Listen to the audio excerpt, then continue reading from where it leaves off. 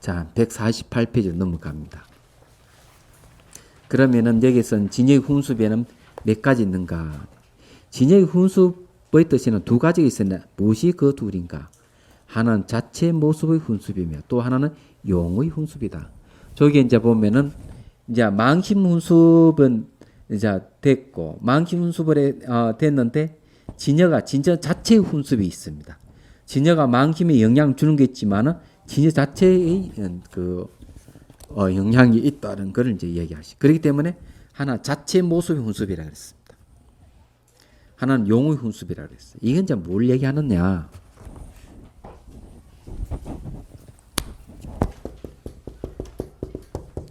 진여는 두 가지가 뜻이 있어요. 하나는 공이 있고 하나는 불공입니다. 이 공이 이제 인이 된다면은 불공은 연이 되는 것이죠. 여기 이제 공하는 거는 여기서 말하는 자체상 훈수를 얘기합니다. 자체 모습 그 자체가 영향력이 있다는 거죠.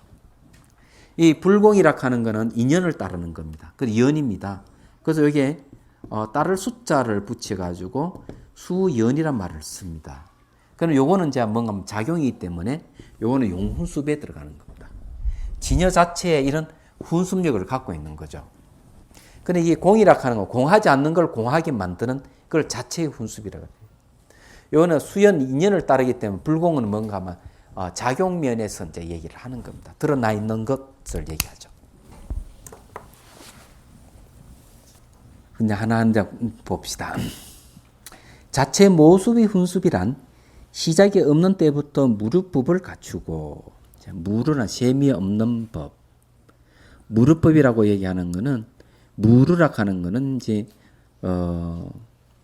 번뇌가 아니라는 거죠. 지혜를 얘기합니다. 그런 무릇법을 갖추고 생각할 수 없는 놀라운 진여의 활동을 준비하여 경계를 만드는 성품이다. 자, 여기에 생각할 수 없는, 상상할 수 없는 놀라운 진여의 활동은 불공입니다. 공하지 않는 걸 얘기하고요. 그걸 준비해 경계를 만드는 성품은 공을 얘기합니다.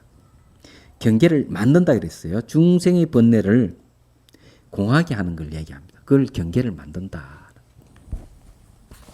이 경계를 만든다에 대해서 좀 이제 말씀을 드리죠.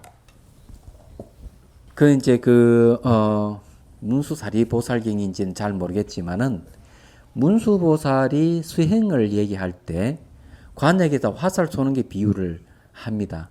그래서 계속 자주 반복해서 쏘면은 이제 눈을 가리고 화살을 쏘면은 정확하게 관역을 맞출 수 있다. 자, 눈을 가리고 맞추는데 숙달이 됐기 때문에 맞을 수 있는 거죠. 이걸 뭔가 하면은 힘이 생겼다 하는 겁니다. 그래서 이제 보통 수행을 할 때 이런 게 있어요. 내가 선정에 들어가고 싶을 때 들어가고 나오고 싶을 때 나오는 거. 내가 1시간 선정에 들어가면 1시간 들어가고 바로 내 선정에 들어갔다 바로 들어갔다 나오고 이런 걸 갖다가 경계를 만든다. 자유자재죠. 얘기하자면. 그런 힘이 있어야 돼요. 이런 힘이 있으신 분이 이제 수행 체험이 제대로 된 분이죠. 얘기하자면은. 그래 이제 경계를 만든다는 그런 의미가 있는 겁니다. 비유를 들자면은 앞 시간에 있지만 허공은 텅 비어 있지만은 텅 비어 있는 이것이 비어 있지 못한 것을 비게 하는 성질이 있는 거죠. 그래 향을 피우면 연기에 싹 올라가면은 허공에 싹 그냥 퍼져 사라져 버립니다. 그러나 허공 자체가 향경리를 없애는 작용을 하는 거죠. 그렇다면 허공이 바뀌는 건 아니잖아요. 마찬가지로 텅 빈 마음이 번뇌가 일어나면 번뇌를 없애는 작용하는 겁니다. 그러니까 자체 그런 능력이 있다는 거죠. 그래 우리는 그런 번뇌를 없앨 수 있는 힘을 갖추고 있는 겁니다. 그걸 이제 자체상 훈수비라고 그래요.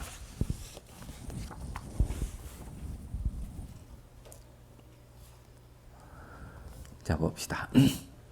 이 두 가지 뜻이 늘 훈수바란 것에 따라 힘이 있기 때문에 중생들의 삶과 죽음에 있는 괴로움을 싫어하고 일반을 찾기를 즐기며 스스로 자기 몸에 진이라는 법이 있다는 사실을 믿고 도 닦을 마음을 내어 수행하는 것이다. 이건 이제 자기 그런 게 있다는 믿어야 됩니다. 특히 이게 생각할 수 없는 놀라운 진여의 활동이라는 것은 완벽하게 부처를 이뤘을 때는 이 어떤 작용을 하느냐 하면은 내가 태어날고 어느 부인의 몸을 빌려서 태어나느냐, 어느 집안의 가문에 태어나느냐, 이걸 자기가 조절이 가능합니다. 놀라운 그 진여의 활동이에요. 그 자체가. 중생 구제하는 것 자체가 그런 힘이라는 거죠. 자, 묻는다. 이런 뜻이라면 모든 중생에게 진여가 있기에 똑같이 훈수할 것인데 어찌 믿음이 있고 없는 것과 같은 많은 차별이 있습니까? 자, 이 말은 뭔가 하면 누구에게나 진여가 다 있다면은 어찌해서 이 믿음이 있고 없는 그런 차별이 있느냐 하는 거죠. 모두가 한꺼번에 스스로 진여라는 법이 있다는 것을 알고 부지런히 방편을 따가 똑같이 열반에 들어가야 하지 않겠습니까? 그런데 이게 이제 불가능하죠.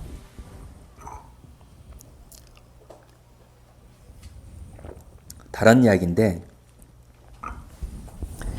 그 수학자 이제 목건넌이라는 사람이 이제 부처님 찾아와가지고 얘기를 해요.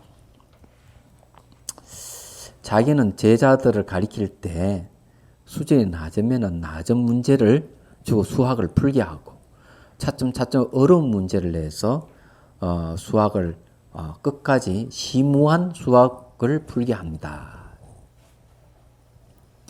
근데 부처님은 제자들을 가리킬 때 어떻게 합니까? 이러니까 부처님 이런 얘기를 해요. 나도 당신이 하는 방법 똑같이 한다. 수준 낮은 이가 있으면은 제일 먼저 보시를 하고 계율을 지키는 것을 강조해서 그렇게 하면 천상에 태어난다고 가르치고, 그렇게 가르치다가 근기가 수승해지면은 그 다음에 사성제 8정도를 가르쳐서 열반을 얻게 한다. 이렇게 얘기를 합니다. 근데 이 수학자가 이런 질문을 딱 하는 거예요. 그러면 열반이라는 게 분명히 있고 한다면은 누구나 다 제자들이 열반을 얻습니까? 이렇게 물어요. 그래서 이제 부처님 하시는 말씀이 열반을 얻는 이가 있고 얻지 못하는 이가 있다. 그러니까 아니 누구나 다 깨달을 수가 있다면은 열반이 분명히 다 갖추고 있다면은 누구나 열반을 다 깨달아야 되는데 누구는 깨치고 누구는 못 깨칩니까? 하고 물어요. 그 여기 지금 질문하고 똑같은 얘기죠. 그래 부처님 하신 말씀이 이렇게 얘기합니다. 수학자 목건넌이여, 당신은 나자가에 가본 적 있습니까? 가본 적이 있습니다. 그러면 누가 당신에게 라자에 가는 길을 묻는다면은 그 친절을 가르쳐 준다고 하되 누구나 다 라자가에 도착합니까? 하니까 그렇지 않다는 거죠. 도달하는 사람이 있고 도달하지 못하는 사람이 있습니다. 왜 그러냐? 그러니까 이 산수 목건넌이 이야기가 가는 길이 분명하고 라자가 분명히 있기 때문에 제가 이야기한 대로 가면 누구나 다 라자가에 도착하지만 제 말을 믿지 않고 엉뚱한 길을 가는 사람은 제 책임이 아닙니다. 부처님도 똑같이 얘기해요. 나도 그와 같다. 열반이 있고 열반이 이르는 길이 분명하고 그렇게 가르쳐 준데도 불구하고 열반에 이르지 못한다면 내 책임이 아니다. 그 마치 뭐 같은가 하면 소가 갈증이 난다. 그래 이 소 매가지 끌고 물가에 이르러서 물을 먹이려 하지만 소 눈에 그 물이 물로 보이지 않고 안 먹으려 그런다면은 누구 잘못이냐? 목동이 잘못이냐? 이기죠. 목동이 잘못이 아니죠. 소의 잘못이죠. 이제 그런 이야기가 옵니다. 근데 여기서 이제 이 얘기하는 거는 거의 비슷해요. 다른 게 아닙니다. 가는 길이 분명하지만은 잘못 길을 들어선다거나 믿지 못하면 제대로 못 가는 것이죠. 얘기하다만. 자, 이제 대답한다. 진여는 본디 하나이지만 헤아릴 수 없이 많은 문명이 있기에 본디부터 자기 성품의 차별이 두텁거나 열버서 같지 않기 때문이다. 결국 그 라자가 이루고 이르지 못한 것에 대한 얘기를 하는 것이죠. 그와 똑같은 겁니다. 여기 중요한 것은 헤아릴 수 없이 많은 문명이 있다. 문명은 혼란이 일어나기 때문에 이제 그런 얘기를 하는데, 설사 초지 경기에 들어갔다 하더라도 초지 문명을 끊고 2지, 3지, 4지, 5지, 6지, 7지, 8지, 9지, 10지 경기 가더라도 이게 전부 다 문명이 있어요. 그래서 문명을 하나하나 끊어가야 됩니다. 말하자면. 그래서 이게 많은 문명이 있다고 하는 이유가 그거예요. 다른 게 아닙니다. 근데 이거는 번뇌 입장에서 얘기하는 거고, 진여 자체에는 번뇌가 없습니다. 그렇기 때문에 번뇌가 없는 진여에 초점을 맞춰서 수행한다면은 문제가 좀 달라지겠죠? 네, 화두도 똑같습니다, 이게. 겐지스강 모리알 수바다 더 많은 근본 번뇌가 문명에 따라 차별을 일으키고, 네, 그렇죠. 이 번뇌라 하는 게 문명 따라서 이제 일어나기 때문에 그렇죠. 악연과 애염의 번뇌가 문명에 따라 차별을 일으킨다. 악연이라고 얘기하는 것은 후천적인 번뇌라면, 애염은 선천적인 타고나면서 가지고 있는 번뇌예요. 타고나면서 가지고 있는 번뇌 중에 이런 거죠. 남녀에게 성에 대해서 가르쳐주지 않아도 남녀가 스스로 아는 것. 그런 건 전부 다 애염에 속합니다. 이와 같이 모든 번뇌는 문명에 따라 앞뒤 헤아릴 수 없이 많은 차별을 일으키는 것이니 오직 열애만이 이를 알 수 있다. 또 모든 부처님 법을 이룩하는 데는 인이 있고 연이 있으니 인연을 갖추어 이룩할 수가 있다. 자, 하나 물어보죠. 그냥 일방적으로 강의만 하면 싱거우니까. 제가 이게 지금 갖고 있는 커피인데요. 여러분 생각이 어때요? 이 커피에는 맛이 있을까요, 없을까요? 어떻게 생각해요? 이 커피에 맛이 있을까요, 없을까요? 네? 맛이 있다고요? 확실히 맛이 있는 거 맞습니까?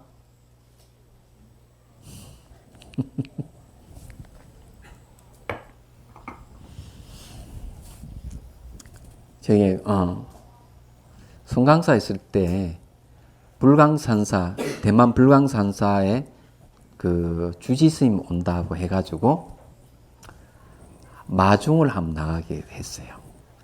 강주 공항에.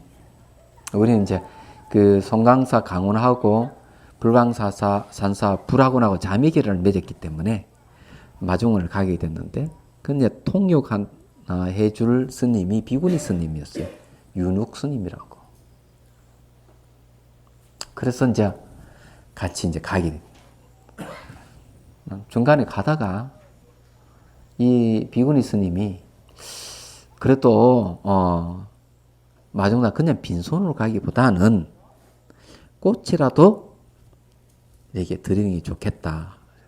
그래 꽃집에 가가지고 가더니만 이 저게 빨간 장미를 갖다가 한 100송이나 될 것 같아. 마구매가 가져온 거예요. 네, 환영 인사로 이제 주기 위해서 그랬겠죠. 그래서 이제 차에 타면서 뭐라고 얘기하는가 하면은, 장미가 빨개서 너무 아름다워서 많이 갖고 왔다. 그러는 거예요. 그래서 제가 한마디 했습니다. 빨간색이 장미가 맞습니까? 여러분 어때요? 빨간색이 장미가 맞아요? 내가 그래 딱 질문해. 빨간색이 장미가 맞아요? 그러니까 이 스님 얼른 알아차리고 입을 탁 다물었습니다. 우리는 흔히 장미가 빨가니까 빨간 게 바로 장미다 이렇게 생각하는데, 빨간색이 장미 아닙니다. 착각을 많이 일으키는 거죠. 근데 금방 이제 내가 물어봤는데, 여기 커피에 맛이 있느냐니까 맛이 있다고 얘기했습니다. 이 커피에는 맛이 없습니다. 지금 현재는 없어요. 근데 이름에 맛이 있다고는 뭘 근거로 해서 맛이 있다고 얘기합니까? 스님 뭘 근거로 해서 이 커피 맛이 있다고 얘기합니까? 경험상으로. 경험적으로 맞는 이야기죠. 그럼 현재 들고 있는 이 커피의 맛이 있다는 것은 현실에 안 맞는 얘기죠. 왜 그런가 하면은 여기에 차 맛이 있으려면은 세 가지 조건이 맞아야 돼. 커피, 혀, 그 다음 마음. 이 세 가지가 딱 만났을 때 커피 맛이 생기는 겁니다.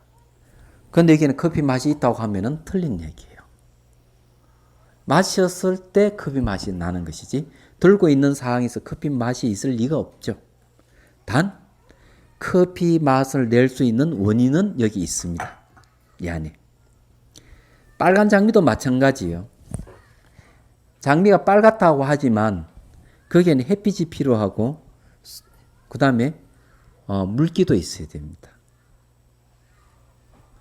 여러 가지 조건에 의해서 빨갛게 보일 뿐이에요. 그게. 그런데 빨간색이 장미는 아닌 건 분명하죠. 얘기하자면 여러 가지 조건이 맞아야만 그런 색깔을 낸다는 거죠. 마찬가지예요. 얘기하자면 우리 이제 착각하면 안 되는 게 많아요. 그래서 여기에 그런 얘기죠. 모든 부처님 법을 이룩하는 데는 인이 있고 연이 있으니 인연을 갖추어야 이룩할 수 있다. 원인과 조건이 갖춰야 된다 이 말이에요.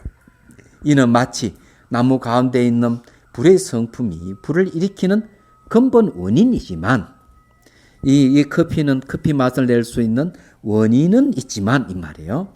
사람들이 알지 못하여 불을 놓는 방편을 빌리지 못한다면 스스로 나무를 태울 수 없는 것과 같다. 이 커피 맛이 분명히 낼 수 있는 원인은 있지만 혀라는 거하고 마음이라고 하는 조건이 보태지지 않으면 차 맛이 커피 맛이 나지 않듯이 나무 자체에는 불을 태울 수 있는 불을 일으킬 수 있는 근본 원인이 있지만은 주변의 조건, 나무를 태울 수 있는 조건을 가하지 않으면 불이 스스로 나무를 태울 수 없는 거예요. 이건 굉장히 중요한 얘기입니다. 여러분 어떻게 생각해요? 경전에 보면 나오는 얘기인데 어떤 사람이 길을 가는데 왼산에 와가 뺨을 때렸다 이게. 뺨을 철썩가 때리고는 뺨 맞은 사람이 항의를 했어. 왜 때려? 그러니까. 네, 이야기했습니까? 왜 때려? 이러니까. 손이 우연하게 와가지고 당신 뺨을 탁 때렸다 이게 우연하게. 이 맞는 이야기예요? 그러면 부처님 하시는 말씀이 우연히 이렇게 때렸다. 그래 나는 죄가 없다. 나 당신 때리고 싶은 마음이 없는데 저절로 손이 가 때렸다. 이런 논리가 만일에 인정이 된다면 세상 파괴됩니다. 사람 죽이도 우연히 당신을 죽이고 재산을 파괴도 우연히 재산을 파괴한 것이 나하고는 관계가 없다. 이렇게 얘기할 것이다. 이게 우연론이라는 겁니다.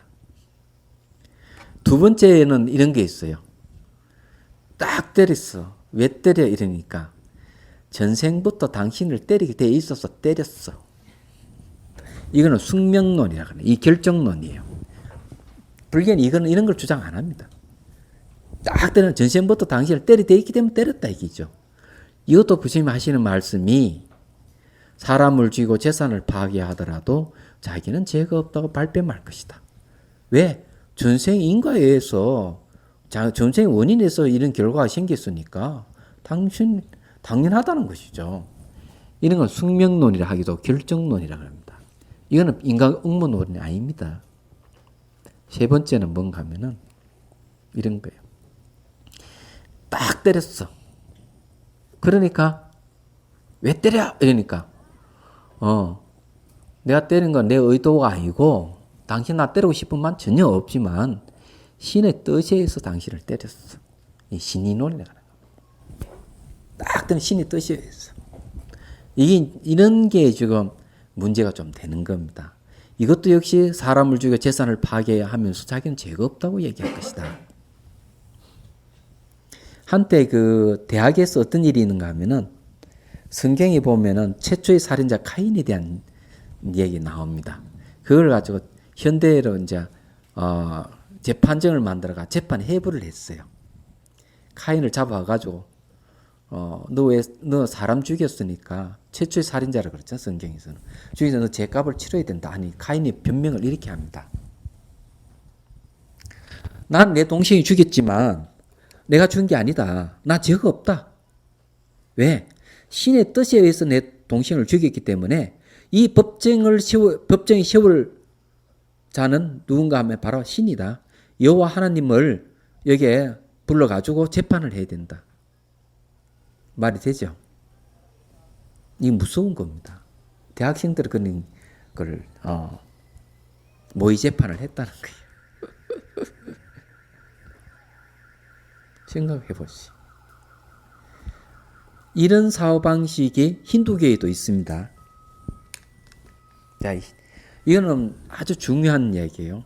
수행이라 하는 걸 뭘 바탕으로 어떻게 해야 되는지도 이 원리를 모르면은 이제 문제가 생기고, 이 바른지 바르지 못하는지 가려내지 못하면 엉뚱한 사입이 빠집니다. 얘기하자면. 이 라마나 마하리시 지은 나는 누구인가 책 보면은 뭐가 나오는가 하면은 바가바 기타에 나오는 내용을 갖고 사람이 물어요. 그럼 바가바 기타의 내용이 뭐냐면은 아르주냐라는 사람인가 그럴 거예요. 자기 친척들이 반란을 일으킨 거야. 그래서 이제 이 반란군을 진압하기 위해서 나아가가지고 저놈들을 죽여버려야 될 거냐 말아야 될 거냐 고민을 하니까 크리스냐 신이 마하불에 있다 하는 말 죽여버리라. 이 얘기를 하면 죽여도 된다. 그래가지고는 그에 표현되는 수만 명을 죽여버려 혼자서. 이 문제를 갖고 라마나 마하리시한테 가서 얘기를 합니다. 이거에 사람 중에 이거는 윤리적 문제가 있나? 선생님 어떻게 생각합니까? 이러니까 라마나 마하리시가 하는 얘기가 아무 문제가 없다 그랬어요. 그 대답이 뭔 줄 압니까? 너무 황당한 대답을 하는 거예요. 이 어린애 같은 대답이에요. 이런 사람이 말이지 깨달은 자로 추앙받는 거는 나는 반대합니다. 내가 몇 번 읽어봐도 그거는 납득이 안 가요. 거기 이렇게 돼 있어요. 자제신이 영혼을 다 그다 가버렸기 때문에 껍데기 육체만 남아 있어서 도끼를 찍어 죽여도 아무 죄가 안 된다. 이래 나왔습니다. 라마나 마하리시가 대답한 내용이에요. 이건 철저하게 힌두교적 사고방식인데 제가 반론을 편다면 이렇게 얘기해요. 아니 영혼을 다 그다가 껍데기 남아있다면 굳이 죽일 필요가 뭐 있을까? 내버려둬도 되는데 왜 고무나무가 아무 영혼이 없는 걸 왜 죽여야 되나? 말도 안 되는 소리를. 근데 왜 그런 얘기가 가능해지느냐 하는 게 있어요. 힌두교의 사방식은 참자아인 진화를 체득을 하게 되면 참자의 진화가 자제신이에요. 그러니까 버마일려입니다. 브라하만과 아트만이 하나라는 얘기죠. 그렇게 하나가 되면 어떤 힘을 갖게 되느냐? 죄와 복을 마음대로 할 수 있는 힘이 생기는 겁니다. 사람을 죽이고 살리지 마음대로 한다 얘기죠. 힌두교인들은 수행자들은 열심히 수행해가지고 신이 되는 게 목표예요. 상당히 불교하고 다릅니다. 그래서 힌두교는 굉장히 과격한 종교예요. 왜냐하면 전쟁 옹호론이 거기서 나오기 때문에. 그래서 이 인도에서 심심찮게 어떤 일이 벌어지는가 하면 어느 목사 가족이 인도에 가서 이제 전도하러 가서 살면서 어떻게 살았는지 모르지만 그 차 자체가 폭파당하니까 일가족을 못 살아는 사건이 있답니다. 그거 가서 들은 얘기. 무섭죠. 누가 했겠어요. 이슬람 말이 있고 힌두교 말이 있는데 이슬람 말에 누가 침입해가지고 강간당하고 사람이 죽었어. 그 다음날 기차 열가 한 칸이 폭파당해서 사거리 사람 다 죽어버린 거라. 그게 누구 짓이냐? 힌두교하고 이슬람이에요. 비하리 지방에는 어떤 일이 있는가 하면은 옛날에 힌두교 사원을 갖다가 무골 이제 정권 시절에 그걸 허물어 버리고 이슬람 사원을 지어놨어. 근데 힌두교 정치인이 힌두교 사람을 충동시킨 거야. 정치인 발언이겠지. 그러니까 힌두교인들이 일제히 그 이슬람 사원에 가가지고 눈 깜짝할 사이에 수만 명이 가가지고 그 이슬람 사람을 무너뜨려 버리고 바로 그 위에다가 힌두 사원을 지어버린 거예요. 난리가 난 거죠. 그래서 인도에 가보면 유명한 이슬람 사원에 누가 지키고 있는가 하면은 이슬람 민병대원들이 총 들고 지키고 있어요. 또는 어느 군인이 지키고 있고. 또 힌두 사원에 가면 역시 또 군인이 지키고 있고. 서로 그래. 근데 그게 이제 뭔가 하면 신을 매개를 하는 종교의 특징이야. 다른 게 아니에요. 근데 힌두교인들은 신이 되면 마음대로 뜻대로 할 수 있다는 생각을 갖고 있는. 왜냐하면 권위를 권력을 갖고 있기 때문에 그런 거죠.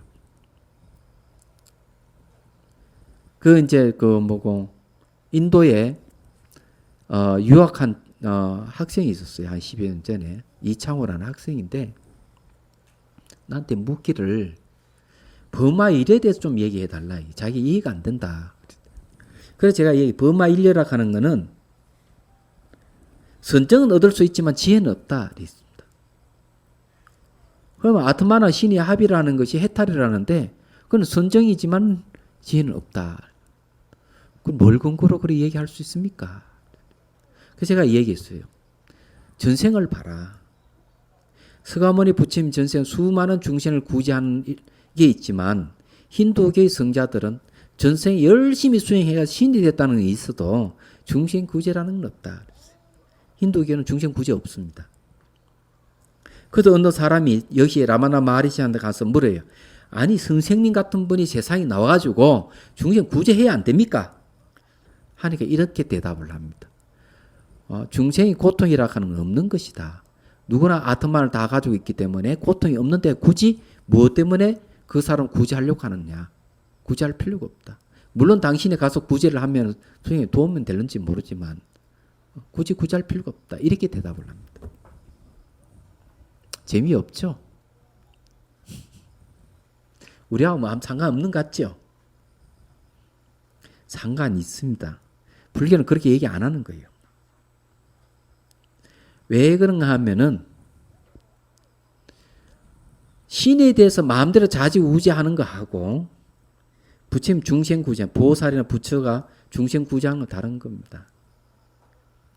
왜 그런가 하면은 아트만이라는 건 어떤 실체를 인정하고 있는 이상은 중생구제가 없습니다. 그리고 남 도와준다 하는 것도 꿈에도 먼 거예요. 그렇지만은 불교에서 이야기하는 아트만 인정 안 하면 무합니다.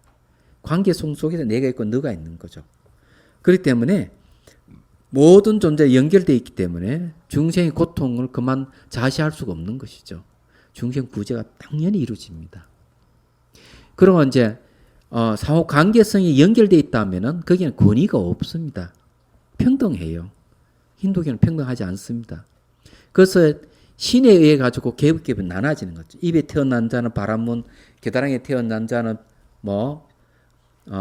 크샤트리아라 그러고 배에 태어난 자는 바이샤 그러고 발에 태어난 슈트라 그러죠.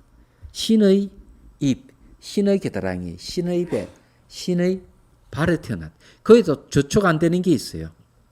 불가촉 천민들 접촉하기만 들어오진다는 그건 누구냐 하면 청수부와 백정이에요.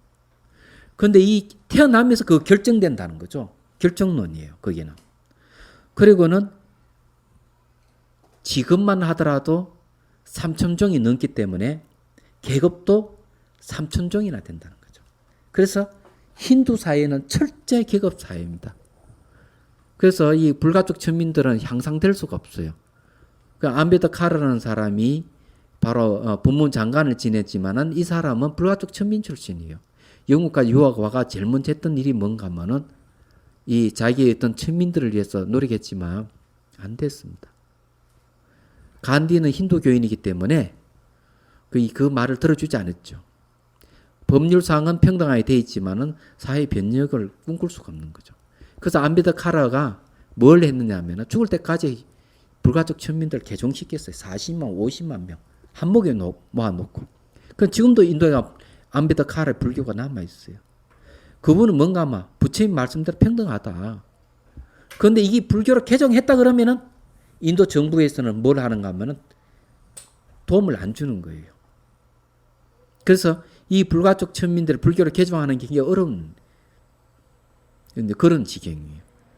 그래서 간디가 승인을 하지만은 힌두교락하는 그 교리에서 못 벗어난 거죠. 불가촉 천민 문제 해결 못했습니다. 그게 오기티죠. 얘기하다만. 근데 그 뒤에 뭔가 하면은 아트만 사상이 있는 거예요. 불교에서 말하는 인연이 아닙니다. 인연에서 이루어진 게 아니에요. 이 차이점이 있는 겁니다. 제가 이제 이런 얘기하는 건 왜 그런가 하면은 사회 일각에서 가나선을 비판할 때 힌두화되어 간다고 얘기를 하는 거죠.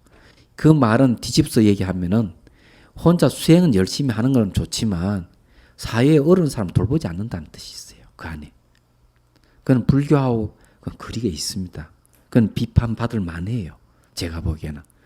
그래서 힌두화되는 건 옳지 않다 보고 역시 라마나 마하리시의 그 자아탐구를 갖다가 마치 화두 참고하는 거 동격으로 두고 이야기하는 건 틀렸습니다. 나중에 이제 수행 신신문에 가도 얘기를 하겠지만은 니치에 안 맞아요. 왜 안 맞느냐? 자아탐구라 하는 거는 자아를 전제로 합니다. 나는 누구인가를 전제로 하기 때문에 그 결론은 나가 나오는 겁니다. 그렇지만 선사들의 화두는 그런 게 아니에요. 선사들의 화두 참고 이것이 무엇인가 이것 했지만은 나가 누군가 이렇게 얘기 안 했습니다. 이것 하는 것이 보편적이 맞는 얘기예요. 왜? 자아를 전제로 하는 거하고 전혀 무전제로 하는 거하고 자아로 전제하면 자아가 튀어나오지 당연히. 그냥 이목고라든지 이런 화두를 대상으로 했을 때는 그건 전제가 없지 않아요. 전제 없는 것을 우리 수행해서 밝혀내서 그건 진실이지만 전제에 의한 수행은 결과 뻔히 나와 있는데 그것이 올바르다 할 수 있습니까? 틀린 겁니다. 그거는. 그래서 이제 그런 거 여러분 혼동하지 마시라고요. 그 여기 이제 이 인연에 대해서 이제 이 말을 하다 보니까 여러분들은 좀 말이 좀 많아졌어요. 그래서 여기서 나무로 불을 일으키는 근본 원인이 있지만은 나무 스스로는 나무를 태울 수 없는 것 같다 이거죠. 방피를 빌지 못하면 그렇다는 거죠. 중생도 그러하니 비록 열반을 이루게 하는 근본 원인이 훈수하는 힘이 있더라도 부처님과 보살과 선지식 모두를 만나 그분들로 반연을 삼지 않는다면 스스로 번뇌를 끊고 열반에 들어갈 수 없는 것이다. 내 안에 정인 불성 부치 성품이 있어서 이 부처님 성품의 본질이 공하기 때문에 번뇌를 없앨 수 있는 힘이 있지만 옆에서 불을 일으킬 수 있는 불보살이 없으면 쉽게 말해가지고 정인 불성이 이게 스스로 정화작용을 일으킬 수 있도록 힘을 불어 넣어줄 수 있는 바깥 연이 없으면 아무 소용이 없는 거죠. 이 강의도 마찬가지예요. 여러분들이 갖고 있는 부처 성품을 일깨우기 위해서 이런 교과 앙크가 필요한 거예요. 그래가지고 여러분의 마음 안에 정인불성 불을 지르는 거죠. 다른 게 아니에요. 법문이라 하는 거는 전부 다 불보살, 특히 부처님 가르침이잖아요. 부처님 가르침을 들어야만이 마음이 꿈틀꿈틀 하는 겁니다. 그래서 인연이 만나야만이 결과가 생기는 거죠. 이게 자체상 훈습이라 하는 게 바로 그런 거예요. 만약 바깥 연의 힘이 있더라도 안에 깨끗한 법이 훈습을 하는 힘이 아직 없는 이라면 또한 마치 내 삶과 죽음에 있는 괴로움을 싫어하고 일반 찾기를 즐거워할 수 없는 것이다. 이건 마치 무엇 같은가 하면은 제가 기도 열심히 하는 보살에게 얘기했습니다. 기도 그 아무리 열심히 해도 생사해탈 못한다. 법문을 듣고 수행을 해야 된다. 기도는 생사해탈을 하는 데 있어서 도움은 되는지 모르지만 그것으로서는 생사해탈이 안 된다.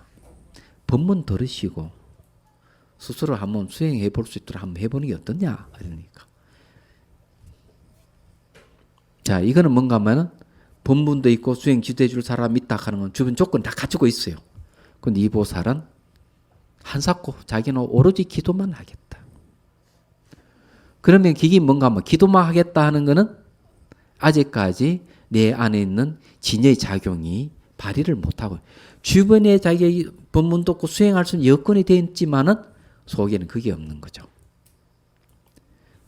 여러분들도 똑같아요. 화두를 들면서 계속 선방에 화두 든다 이목구를 하긴 하는데 선방 다 돼 있어. 지도해 주는 다 선장 스님 계시 조실 스님 다 계셔. 입는 거 먹는 거 다 불편함이 없어. 그런데 앉아가서 계속 졸기만 하는 거예요. 이거 안 되는 거죠. 주변 조건 다 갖춰져 있는데 자기 안에 있는 진여의 작용이 안 생기는 거예요. 자체상 훈습이 없어요. 뭐가 부족하냐? 이죠. 그래서 그것을 일깨워 줄 사람이 필요한, 외연이 필요한 거예요. 조건에 갖춰져도 하나라도 빠지면 안 되는 겁니다. 콩이 뿌리를 내려가지고 삭을 틔우려면은 흙, 습기, 온도 다 맞아야 돼요. 부족하면 이게 뿌리가 안 내려고 삭도 안 틉니다. 썩어버릴 수도 있어요, 잘못하면. 그래서 이제 이 조실스님 소참법 때때로 소참법문 하죠. 또 이 비비 들고 왔다 갔다 하면 공부 안 하나 지켜보죠. 그래가지고 공부 안 하면 생사해탈을 어떻게 할 것이냐 다 굳히죠. 이런 게 왜 하는가 하면은 안에 있는 부처 성품 깨끗한 진여의 작용을 일으키게 하기 위해서 그러는 것이죠. 그래서 그 보면은 옛날에는 그 큰 스님들 그렇게 공부 자꾸 졸고 이러면 그러지 말고 해제하자마자 저게 화장터에 가서 화장하는 것도 좀 보고 그 죽는 사람 임종도 좀 지켜보고 그렇게 하라고. 이렇게 합니다. 죽음에 대한 자각을 일으키는. 죽음에 대한 공포를 맛보게 하는 거예요. 그게 뭔가 하면 거기서 벗어나려는 마음이 생기는데 그게 진여의 작용이에요. 자체상 훈습이에요. 진여 자체의 선작 작용을 하도록 하는 겁니다. 그리고 이게 인과 연이 만나야 되는데 조건은 인연이 조건인데 조건 하나만 있는 게 아니에요. 원인도 하나만 있는 게 아닙니다. 여러 가지 직접 원인과 여러 가지 간접 원인이 같이 결합을 해야 돼요. 그러면 결과가 생깁니다. 그럼 제가 이렇게 이야기하면 여러분 수행하는 거 아무 관계 없는 것 같죠? 근거를 대라면 될 수가 있어요. 어렵게 보면 이런 이야기 나오죠. 열매가 익기 전에 따먹으면 스스 못 먹는다. 열매가 익으면 지가 알아서 쥐꼭지가 똑 떨어지는니다. 자, 열매가 익으려면 뭐 해야 합니까? 인연 조건 다 맞아야 돼요. 그 다음에 비감노이부터 그 얘기 나오는데 선사들의 열반경에 나오는 내용을 잘 인용하는 것 중에 하나가 뭔가 하면은 부처의 성품을 보고자 하는가? 희질 인연을 잘 봐라. 희질 인연이에요. 수행도 말이야. 막 뿔뚝심 갖고 하지만 잘 안 되죠. 그것도 원인과 조건 잘 맞아가지고 열매가 익듯이 익어져야 되는 거예요. 그래야 깨달음이 오는 겁니다. 그것을 잘 아는 이가 누구냐 하면 선지식이에요.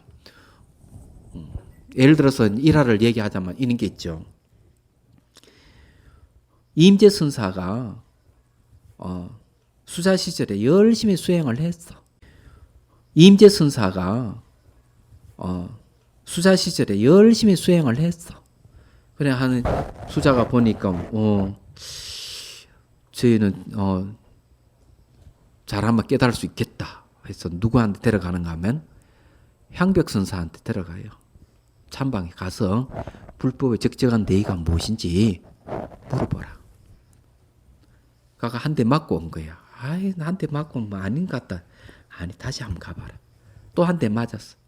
세 번 또 업어치기 또 들어가가지고 또 한 맞았어. 아, 여기 인연이 아닌갑다. 자, 이 향벽선사가 그렇게 한 거는 깨치게 해주려고 하는 거죠. 인과 연이 익도를 해주는 거거든요. 그래서 이제 수자가 찾아가가지고 임재를 그냥 보내주지 마시고 어디 선지식 좀 보내주십시오. 그 다시 이제 찾아가니까 대우스님한테 가라. 그 대우스님한테 가니까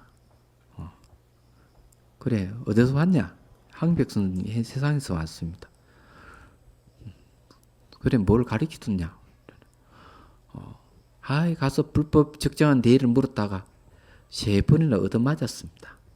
요 때까지는 아직까지 원인과 조건, 인연이 무르익지를 않았어요. 근데 딱 말 한마디 들어가는 겁니다. 말 한마디 바로 익어서 꼭지가 떨어지는 거예요. 혀를 끌끌 차면서 그렇게 항백스님이 애를 써서 너를 가르쳐 줬는데 그걸 모르다니 바보같이. 이 말하는 말 딱 듣는 순간 딱 깨달음이 온 거예요. 바로 꼭지가 똑 떨어져 버린 겁니다. 그러면서 그만 눈물 콧물을 흘리면서 향백을 불법도 별거 아니구나. 이러니 대우스는 멱살을 잡고 니 뭘 안다고? 이러니까 향백순 저기 뭐고 임재스님이 옆구리 치잖아요. 대우스는 옆구리를 3번 툭툭툭 치네요. 그래 너희 스승은 향백순입니다. 가라. 이 지금 내용도 그런 이야기입니다. 인과 연이 익지 않으면 못 깨달아요. 불성을 보려면 시질년을 관하라. 인연이 그렇게 중요한 거예요.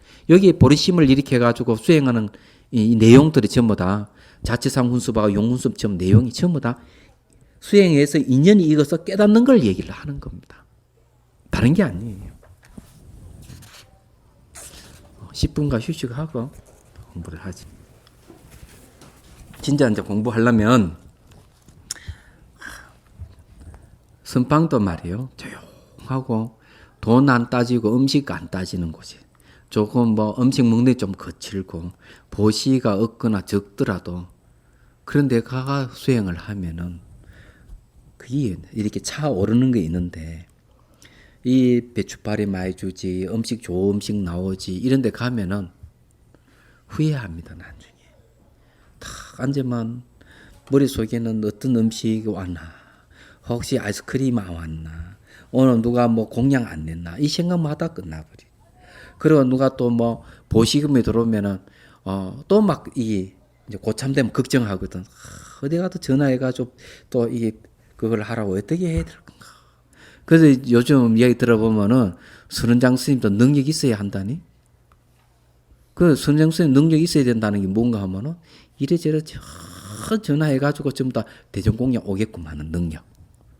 그게 무슨 법력이요? 아니지. 여러분들은 그렇게 되면 안 되는 거예요.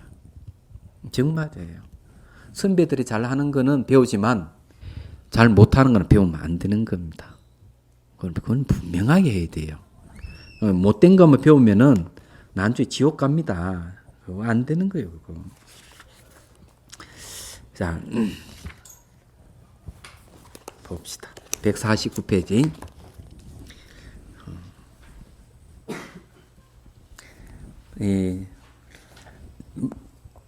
만약 바깥연의 힘이 있더라도 안에 깨끗한 법이 훈수하는 힘이 아직 없느니라면 또한 마치 내 삶과 죽음에 있는 괴로움을 싫어하고 일반 찾기를 즐겨 할 수 없는 것이다. 여기까지 했죠. 만약 인과 연을 다 갖춘다면 이른바 스스로 훈수하는 힘이 있고 또 모든 부처님과 보살들의 자비와 원력과 지켜주는 힘 때문에 삶과 죽음에 있는 괴로움을 싫어하는 마음을 일으키고 이게 이제 보리심을 일으키는 거죠. 열반이 있는 것을 믿기에 좋은 마음의 뿌리를 닦아서 익힌다. 좋은 마음의 뿌리를 닦아서 익힌 힘이 무르익었기에 곧 모든 부처님과 보살들의 가르침을 만나 기뻐하고 열반의 도를 향해 나아갈 수 있는 것이다.